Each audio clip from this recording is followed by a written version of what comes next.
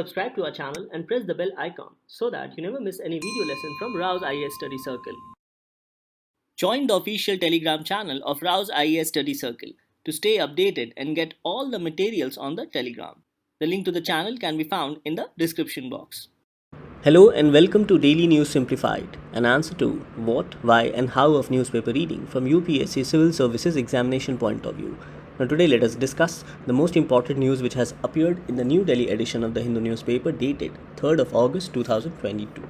These are the list of the news which we will be taking up for today's discussion.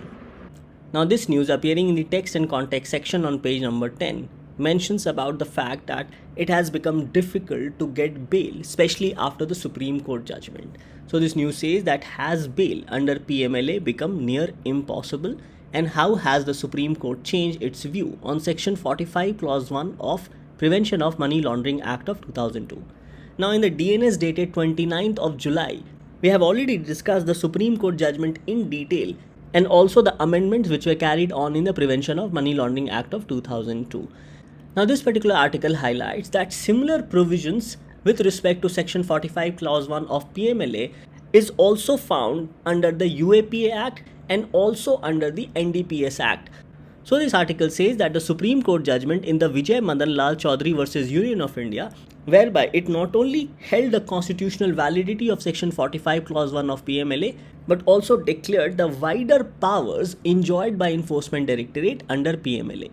So this article says that this judgment of Supreme Court will also have an impact on the earlier Supreme Court judgment in Satyendra Kumar Antil versus CBI, whereby the Supreme Court stated that any delay in bail results in injustice. However, as per the recent judgment of Vijay Madan Lal Chaudhary versus Union of India, the Supreme Court has not only constitutionally upheld the amendment which were carried on in PMLA of 2002, and in the process has also provided its judicial approval for the twin conditions as we have already discussed under Section 45 of PMLA.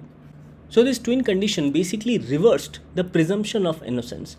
So now the accused have to prove that they are.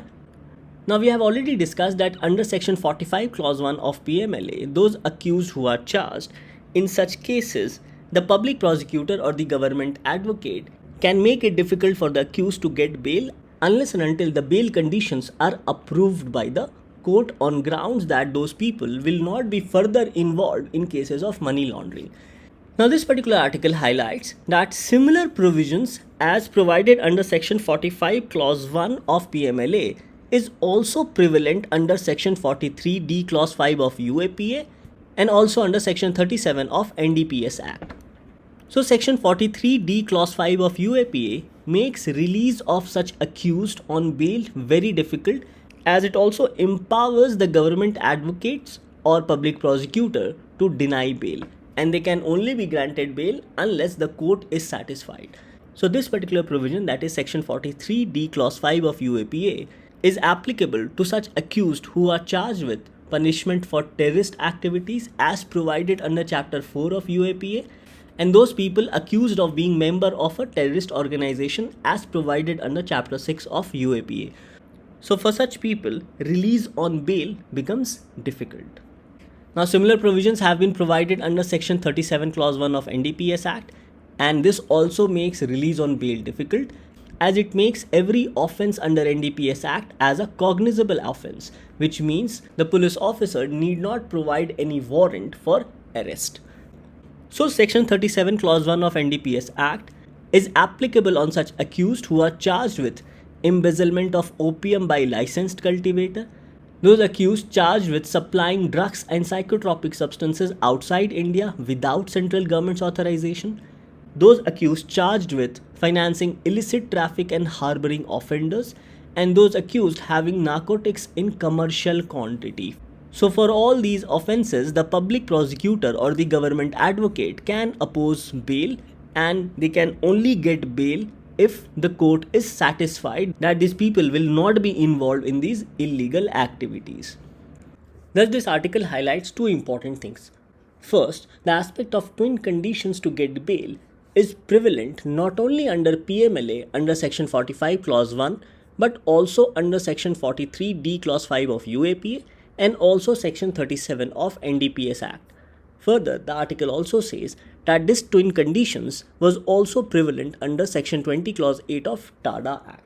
So overall, this particular Supreme Court judgment approving Section 45 Clause 1 of PMLA, which deals with twin conditions to get bail, will also impact accused charged under UAPA and also NDPS Act to get bail, and overall getting bail will become more difficult because of judicial approval of the twin conditions, which is found not only under PMLA, that is Prevention of Money Laundering Act, but also under the UAPA Act and also under the NDPS Act. Now questions can be asked in your mains examination regarding critical analysis of this Supreme Court judgment. So the first point is that this judgment reverses the presumption of innocence rule. Now according to this rule, people who are charged with any offense are considered innocent. So it is upon the state or the government to prove they're guilty, and hence they are considered innocent unless proven guilty. However, in the cases of PMLA, the accused is considered guilty unless proven innocent or unless proven otherwise.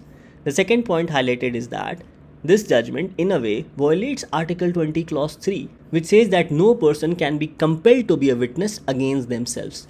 However, signing documents by the government authorities under pressure amounts to self-incrimination, that is becoming a witness against themselves, and hence violates Article 20 Clause 3. Now the third point highlighted is that it makes the twin conditions of bail valid, and this in a way also gives judicial approval for similar provisions in other legislation such as NDPS Act, UAPA, and the government can deny bail conditions. And in this sense, getting bail becomes very difficult. And another important point is that the court did not prove that detention under PMLA or NDPS can be termed as preventive detention as defined under Article 22 Clause 3. As Article 22 says that any person who is arrested should be provided grounds of their arrest, should be presented before a judicial magistrate within 24 hours, and should be provided a lawyer of their choice. And these conditions can only be denied to those people either who are arrested under preventive detention law or who can be said to be enemy alien. Now here the Supreme Court has stated that as long as the person has been informed about the grounds of arrest, then Article 22 is not being violative. Further, the Supreme Court has also differentiated that Enforcement Directorate are not police officers. So the question which arises is that does the grounds of Article 22 only gets activated when a person is arrested by a police and not by any authority who is empowered under any law, namely NDPS Act or under PMLA Act? So these are some of the important points regarding the critical analysis of this particular Supreme Court judgment. The next news to be taken up appears on page number 6. Now this news says CAG pulls up Odisha for missing targets. No plantation activity was carried on in roughly around 50% of the area. Now this particular news highlights about the CAG report, that is a report by Comptroller and Auditor General of India. And this report is with respect to missing targets for plantation in the state of Odisha. Now here two words becomes important to understand before going into the discussion. These words are afforestation and degraded land. Now afforestation simply means planting trees or planting of forest across lands which are without trees or without forest. So basically planting on a deserted land. And degraded land means such land which has lost certain level of natural productivity, mainly due to human caused activity or process.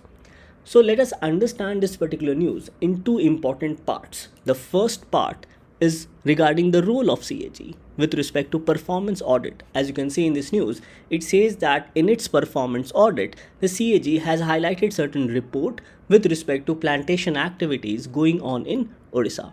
And on other hand, what we need to know is regarding the Compensatory Afforestation Fund Management and Planning Authority. Now it was because of the Supreme Court judgment of T.N. Godavaran versus Union of India in 2002 that the Ministry of Environment constituted the CAMPA, that is Compensatory Afforestation Fund Management and Planning Authority, to manage compensatory afforestation in 2004. So here we must also understand the importance and need of compensatory afforestation purposes. Now, in India, forest land can be diverted for non-forest purposes, such as building of dams, for mining purposes, for road construction, or for industrial activity. Now, because of diversion of forest land for non-forest purposes, it affects the wildlife and also impacts the terrain. And at times, it also results in degraded land. So, this fund, provided under the Compensatory Afforestation Fund Act of 2016, basically compensates for the loss of forest area. And based on this idea, this particular legislation has been enacted. It says that an act to provide for the establishment of funds under the public accounts of India and public accounts of each state, and crediting money into these accounts towards compensatory afforestation, additional compensatory afforestation, penal compensatory afforestation, net present value, and all other amounts recovered from agencies under the Forest Conservation Act of 1980. Now, further, this act defines compensatory afforestation as afforestation done in lieu of diversion of forest land for non-forestry use under the Forest Conservation Act of 1980. So, whatever land is diverted for non-forest purposes, such land must be compensated for through afforestation, that is, through planting of trees or forest in such area. Further, this act also creates an authority both at the national level and also at the state level to look into and manage the aspects of compensatory afforestation. And for this purpose, funds are provided to the state authorities. So, under the Compensatory Afforestation Fund Act of 2016, a CAMPA fund is created at national and also at state level. Now, coming to the other aspect of article, that is the performance audit. So, according to the CAG's Duties, Powers and Conditions of Service Act 1971, there are different kinds of audits which is performed by the Comptroller and Auditor General of India. So, it says that Section 13 of this Act enjoins the CAG to audit all expenditure from the Consolidated Fund of India and of each state and each union territory having a legislative assembly. So, according to this legislation, the different types of audit performed by CAG includes audit against provision of funds. So, according to this audit, CAG ensures legal disbursement of amount. So, here CAG has to ensure whether the funds were legally available to that particular department and whether these funds were used for the service for which it was intended to. Now, the second aspect is regularity audit, where the objective is to find out that the expenditure has been done by the particular authority. Now, the third point is propriety audit, which is done towards examining the propriety of executive action. So, basically, propriety audit brings into notice cases of waste, losses, and extravagant expenditure. Next is efficiency cum performance or value for money audit. Now, this article highlights this particular kind of audit done by CAG. So, it says that this is a comprehensive appraisal of the progress and efficiency of execution of development and other programs and schemes. Now, in this case, the utilization of CAMPA funds. Further, under the efficiency cum performance audit, assessment is made whether the scheme is executed economically and whether they are producing any results expected out of them. So, this is the whole purpose of a efficiency cum performance audit. And the last is systems audit. So, it says that organization and systems governing authorization, recording, accounting, and internal controls are analyzed and performance is evaluated with reference to standards of quality. So, these are the different types of audits which the CAG is empowered under the CAG's Duties, Powers and Conditions of Service Act of 1971. So, based on the performance audit, the CAG highlighted that the concentration of plantation activity was done only along those areas which were more accessible, such as roads or land, etc. And those areas which were not accessible were left unplanted, or for those land, compensatory afforestation could not take place, such as area in the middle of a dense forest or certain part of degraded land which was not easily accessible. Further, the CAG in its performance audit highlighted that there was also shortfall in the achievement of plantation targets from 2013-14 to 2017-18, and this shortfall ranged from 12 to 50%. and the plantation target which was achieved in this year was close to 50%. So basically half of plantation target was not achieved. Further, the CAG in its report highlighted that due to unavailability of data on degraded forest and non-forest land, target for compensatory afforestation programs under CAMPA was not achieved within 3 years, and compensatory afforestation activities could not be done against diversion of land also. So both these were not possible because data was not available with respect to degraded forest land and also non-forest land. Thus, this article highlights about the CAG report on the non-utilization of CAMPA funds. Now let's go through some of the important highlights with respect to the Compensatory Afforestation Fund. Now here you should remember that this act does not provide for community participation for compensatory afforestation purposes. Further, the chairperson of National Compensatory Afforestation Fund Management and Planning Authority is the Union Minister of Environment, Forest and Climate Change. Similarly, the chairperson for State Compensatory Afforestation Fund Management and Planning Authority is the Chief Minister of the state, and in case of a UT having no legislature, then the Lieutenant Governor or the Administrator. Another important aspect is that accounts of National Authority, that is CAMPA, is audited by the Comptroller and Auditor General of India, and even the accounts of State Authority is also audited by the CAG, and the accounts of National Authority as well as State Authority as certified by the CAG along with an audit report is forwarded annually to the central government by the National Authority and also State Authority.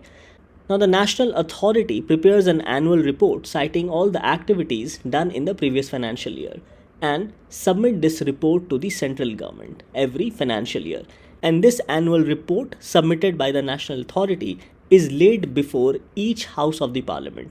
Now similarly, the annual report of State Authority is laid before each house of State Legislative Assembly.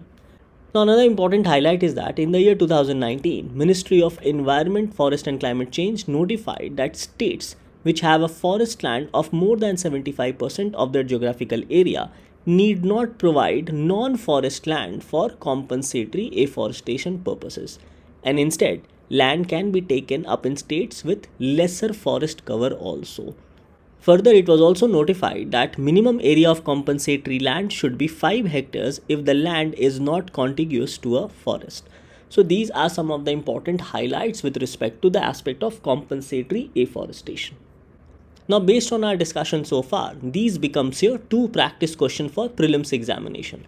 Now this particular question was asked in the prelims of 2019. The question is, consider the following statements. First, as per the law, the Compensatory Afforestation Fund Management and Planning Authority exists at both national and state levels. Second, people's participation is mandatory in the compensatory afforestation programs carried out under the Compensatory Afforestation Funds Act of 2016.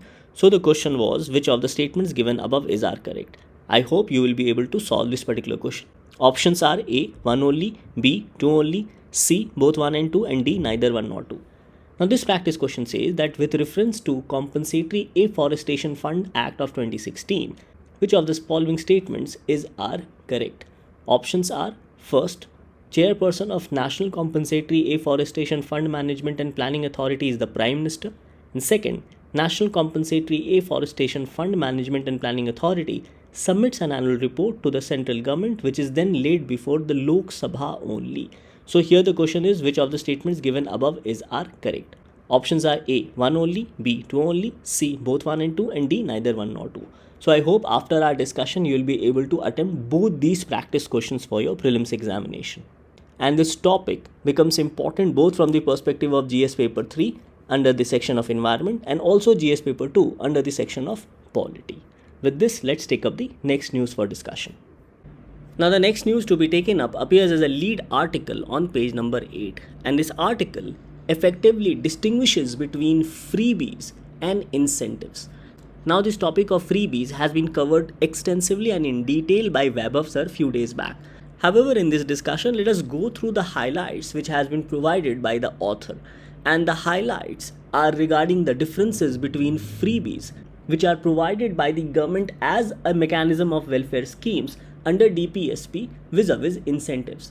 So the author in her concluding marks has said that the government provides lot of incentives to the corporates in terms of tax concession or in terms of easy availability of loan.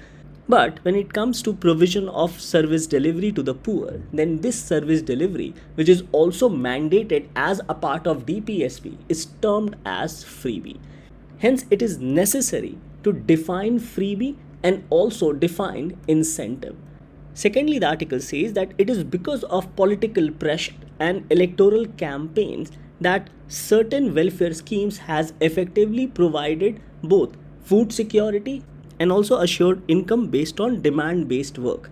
And in this regard, the author mentions about schemes such as MG Narega and also PDS scheme, that is public distribution scheme through the National Food Security Act. So the author says that since these issues were electoral issues, hence the government of the day provided such a scheme for the welfare of the poor. So the whole question remains as to whether freebies can be said to be the constitutional and legal obligation of the government to provide welfare services to its people or to its citizens as mandated in the Constitution of India, particularly the DPSP, and in DPSP, particularly Article 47 and Article 38, as compared to the incentives provided to corporates and industries in terms of tax concessions or easy loan availability. So the question remains as to the fiscal burden or economic burden of state, which means that which burdens the state more. Does the freebie burdens the state more, or the incentives provided to corporates and industries burdens the state more in terms of financial health, and which has a better outcome? And it is in this regard the article suggests that schemes such as public distribution scheme under the National Food Security Act, MG Narega scheme, midday meal scheme, providing food grains during pandemic through the Pradhan Mantri Garib Kalyan Ann Yojana, not only fulfills the mandate of Article 38 and 47, particularly of DPSP, but these welfare schemes have also ensured basic food security for the people. These schemes have resulted in implicit income transfer for poor as they cannot afford basic food. Now, implicit income transfer here has been referred with respect to the Pradhan Mantri Garib Kalyan Ann Yojana, which provided free food to the poor, especially during pandemic. Further, the article highlights that public distribution system has helped to fulfill twofold mandate. The first is that it has allowed cheap food for the people of India, and on the other hand, it has also provided or ensured remunerative prices for the farmers so that they grow these cereals. So effectively, PDS has helped in these two ways. Further, the author says that working under MG Narega guarantees assured wages for people. And there are other welfare schemes as well, which has provided certain kind of facility or service for the poor sections of the community, which include pensions for disabled. Example is Atal Pension Yojana, especially for the unorganized sector, community kitchens in urban areas, providing free textbook and also uniform to children.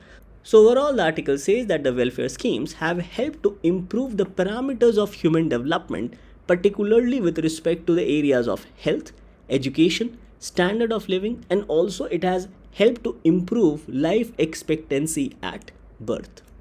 Now, talking about fulfilling the mandate of TPSP, Article 47 mentions about duty of the state to raise the level of nutrition and standard of living to improve public health, and Article 38 Clause 2 particularly says that state in particular shall strive to minimize the inequalities in income and also endeavor to eliminate inequalities in status, facilities and opportunity. So this is the argument which has been provided in this particular article.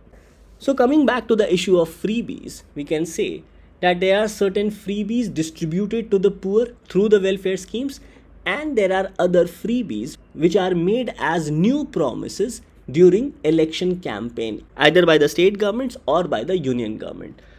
Thus, the author concludes by saying that there is a need to define freebie and also differentiate the concept of freebie with incentives. And moreover, provisions under DPSP are in the form of affirmative action and they are not justiciable.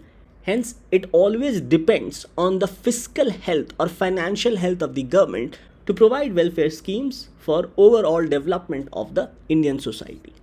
Now, this topic becomes important mainly from the perspective of GS Paper 2 under Polity and Governance.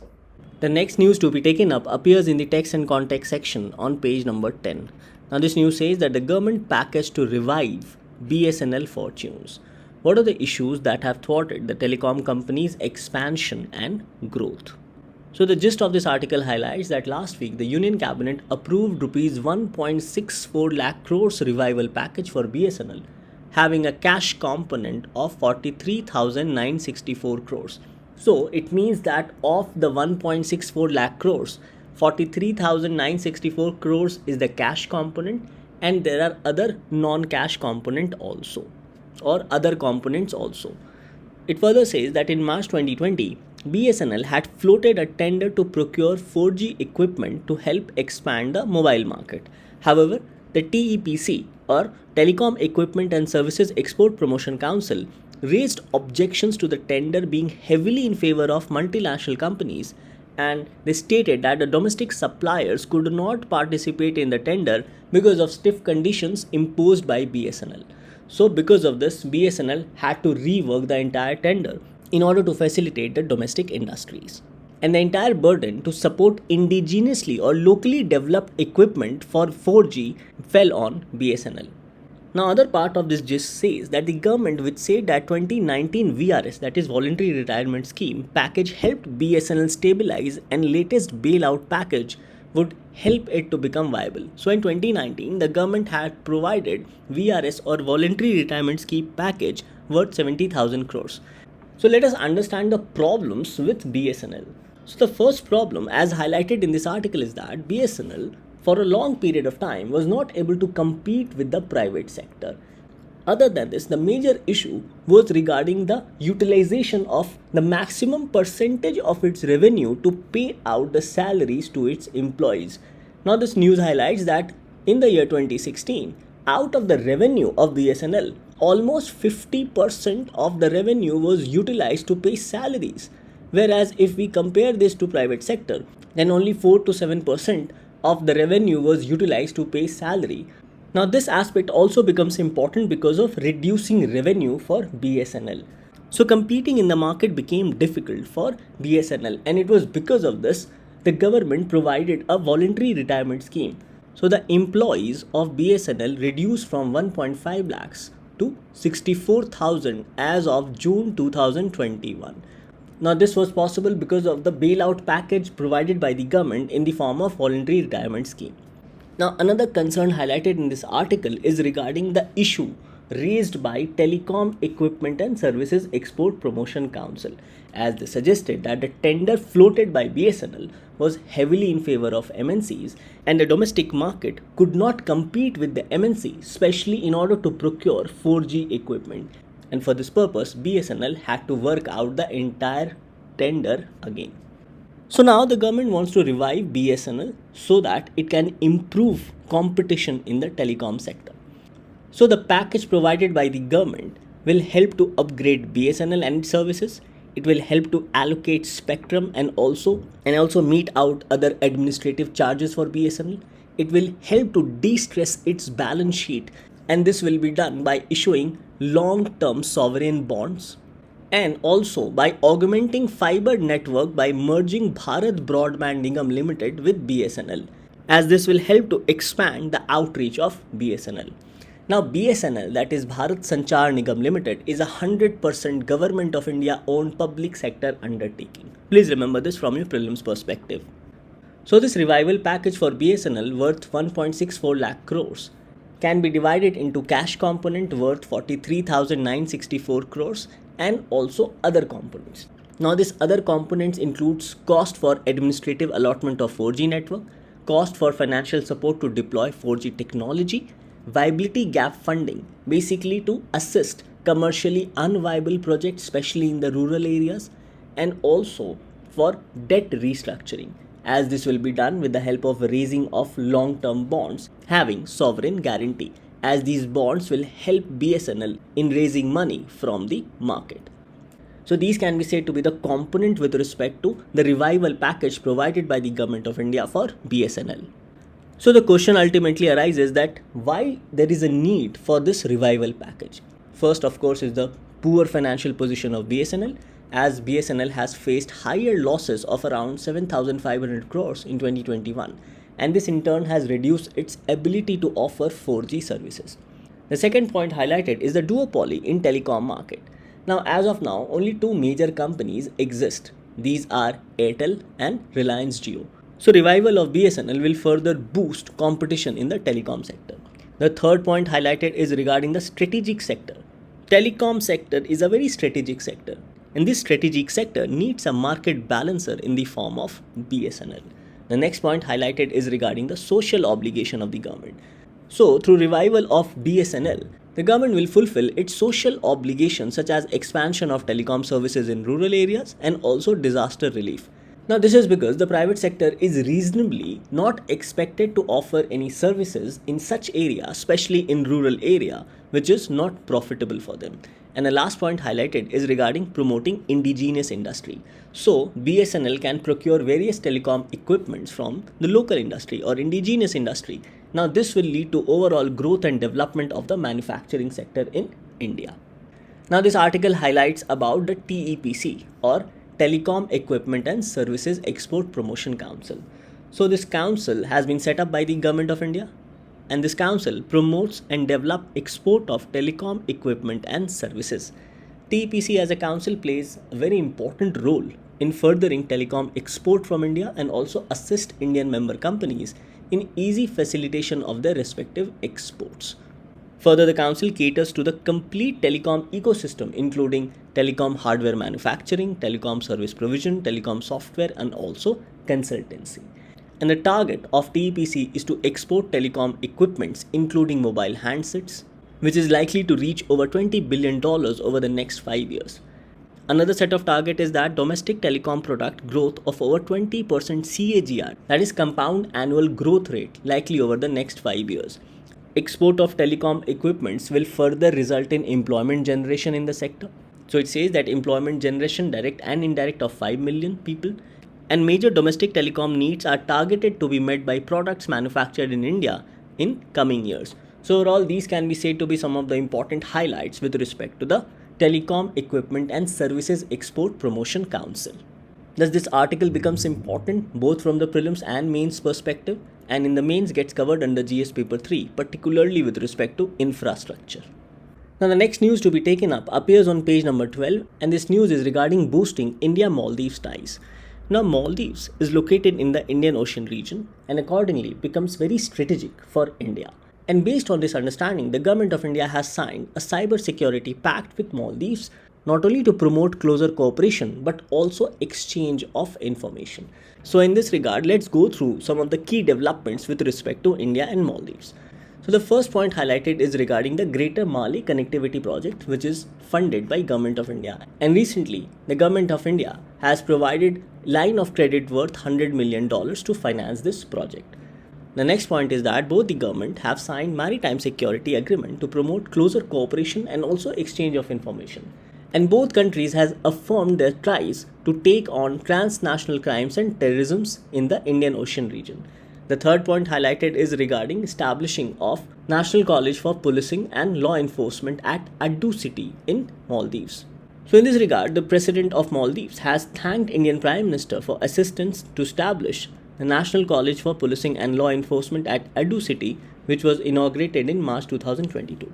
Further, India has gifted landing assault craft and 24 utility vehicles to the National Defence Force of Maldives. And lastly, the Government of India has also provided support for Maldives' candidature for presidency of 76th session of United Nations General Assembly. And both leaders of India and Maldives agreed to continue to work on multilateral issues of common concern and interest at the United Nations and also at other international forums. Now, other developments regarding India and Maldives, you can go through the PDF. So with this, let's take up the question for the day. Now, based on our discussion, this becomes your practice question for the day. So the question is, consider the following statements. First, BSNL is a 100% Government of India owned public sector undertaking. Second, Telecom Equipment and Services Export Promotion Council has been set up by FICCI to promote and develop export of telecom equipment and services. The question is, which of the statements given above are correct? Options are A, 1 only, B, 2 only, C, both 1 and 2, and D, neither 1 nor 2. Now coming to the answer of yesterday, the question was, consider the following statements. First, proteins are made up of thousands of smaller units called amino acids, which are attached to one another in long chains. Yes, this statement is correct. Second, the sequence of amino acids are assembled according to the genetic instructions of an organism's DNA. This is also correct. And the third, sequence of amino acids determines each protein's unique three-dimensional structure and its specific function. Now, this is also correct. Now, all these aspects were discussed by Gaurav sir in yesterday's DNS. So, the correct answer here becomes D, that is 1, 2, and 3. So, with this, we come to an end to today's discussion. Thank you for watching DNS.